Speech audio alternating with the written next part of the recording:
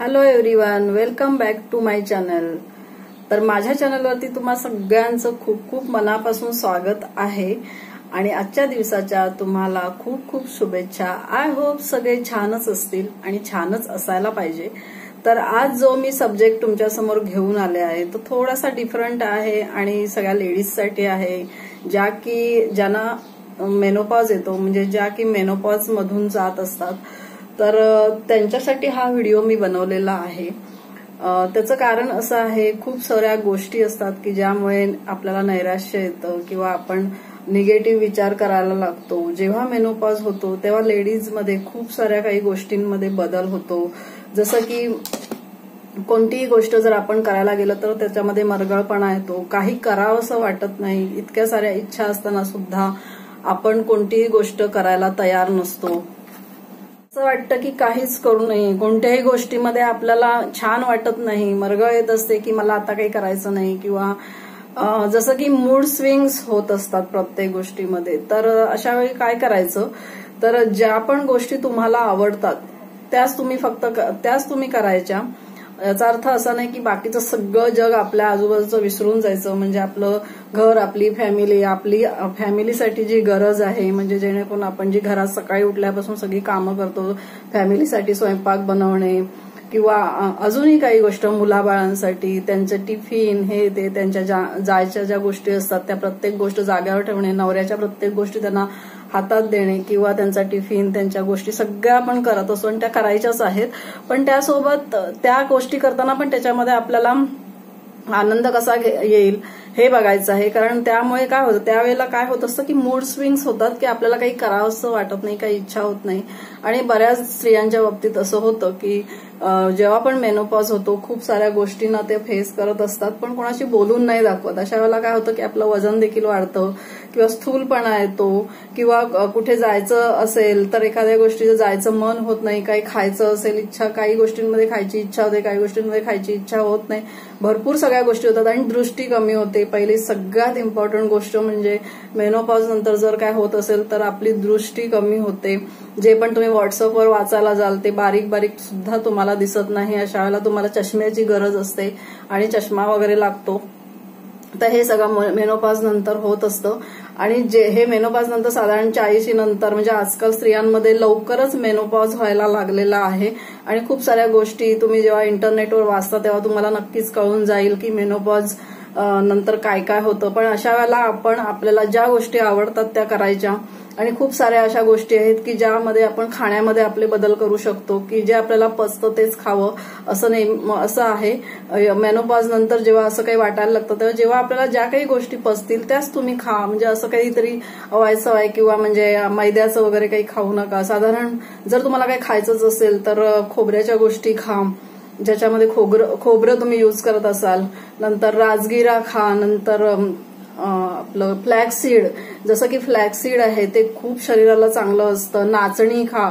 अशा गोष्टी ज्या आहेत ह्या जर खाल्ल्या तर तुमचं वजन मेंटेन राहील, प्लस तुम्हाला तुमच्या शरीराला ज्या गोष्टी हव्या आहेत हेल्दी ठेवण्यासाठी त्या तुमच्यामध्ये राहतील आणि बिलकुल ह्याच्यामधून निराश होण्याची गरज नाहीये। मेनोपॉज म्हणजे खूप मोठी गोष्ट नाही, ही प्रत्येक स्त्रीला त्याच्यातून जावंच लागतं आणि ती कधी ना कधीतरी येतेच। आणि एका क्षणाला तेव्हा आपण वाटत असतो की काही प्रोग्राम असला की जेव्हा आपले पिरियड्स येतात तेव्हा आपल्याला वाटत असतं की अरे हे आता नसते आले तर बरं झालं असतं। पण जेव्हा मेनोपॉज होतो तेव्हा या गोष्टीची फार आपल्याला हे होते की नाही, पिरियड्स येणं हे किती इम्पॉर्टंट आहे। कारण काही जे गोष्टी आहेत त्या मेनोपॉज नंतर जास्त होतात, म्हणजे आपले हातपाय दुखणं, हातापायाला सूज येणं किंवा आपली जी स्थूलपणा आहे तो वाढणं, हे सगळ्या गोष्टी मेंटेन करण्यासाठी आपण, या सगळ्या गोष्टी कमी करण्यासाठी आपण डेली एक्सरसाइज केला पाहिजे, आपल्या डाएटमध्ये फरक केला पाहिजे, जेणेकरून तुम्ही चहा पिऊ नका। चहाच्या ऐवजी चहा पिला तरी चालेल पण तुम्ही तो गुळाचा चहा प्या, साखरेचा पिऊ नका।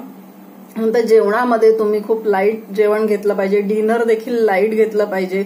जर तुम्ही मॉर्निंगला राईस खात असाल तर संध्याकाळी ते अवॉइड करून तुम्ही एखादी भाकरीच खाल्ली पाहिजे, तर तुम्ही अगदी 40 मधले असल्यासारखंच दिसाल। हे मी तुम्हाला नक्की सांगते। दुधाचे पदार्थ खाल्ले पाहिजे, तूप दूध हे सगळं खाल्लं पाहिजे. नंतर राजगिरा, खोबरं, फ्लॅक्सीड, नाचणी, बाजरी, ज्वारी यासारख्या गोष्टी खाल्ल्या पाहिजेत, जेणेकरून जेवणामध्ये आपण नाचणी, ज्वारी, बाजरी या गोष्टींची भाकरी करून खाऊ शकतो. जर तुम्ही मॉर्निंगला एक भाकरी खा, इव्हिनिंगला डिनरमध्ये एक भाकरी घ्या आणि लंचमध्ये एक भाकरी घ्या, पण तुम्ही पोळी वगैरे अवॉइड करू शकता. राईस ज्यांना आवडत असेल त्यांनी मॉर्निंगला एका वेळास लंचला राईस घ्या, इव्हिनिंगला तुम्ही अवॉइड करू शकता. तर या गोष्टी जर तुम्ही केल्यात तर तुम्हाला खूप इझी जाईल की तुमची हेल्थ नीट ठेवण्यासाठी. मेनोपॉज नंतर आपली हेल्थ इम्पॉर्टंट ठेवणं फार गरजेचं असतं आणि या गोष्टीतून खूप साऱ्या लेडीज जातात, पण त्यांना कळत नसतं की आपण काय करायला पाहिजे. तर त्यासाठी हा व्हिडिओ मी आज बनवला आहे आणि या सगळ्या गोष्टी तुम्ही नक्कीच फॉलो कराल असं मला वाटतं. आणि अजूनही काही बऱ्याच सारी इन्फॉर्मेशन तुम्हाला युट्यूबवरून मिळतील, पण माझे जर काही व्हिडिओ अशा पद्धतीचे तुम्हाला आवडत असतील तर तुम्ही मला कमेंट करून सांगा, मी तुम्हाला नक्कीच याबद्दल माहिती देईन. आणि 40 नंतरच मेनोपॉज व्हायला सुरुवात होते. साधारण काही स्त्रियांचं खूप लेट होतं, म्हणजे 60 पर्यंत पण त्यांचं मेनोपॉज येतं. पण आत्ताच्या ह्याच्यामध्ये जर बघायला जाल, खाण्यापिण्याच्या आपल्या ज्या आपण पद्धती चेंज झालेल्या आहेत त्याच्यामध्ये जर आपण बघायला गेलं तर मेनोपॉज खूप लवकर होतो.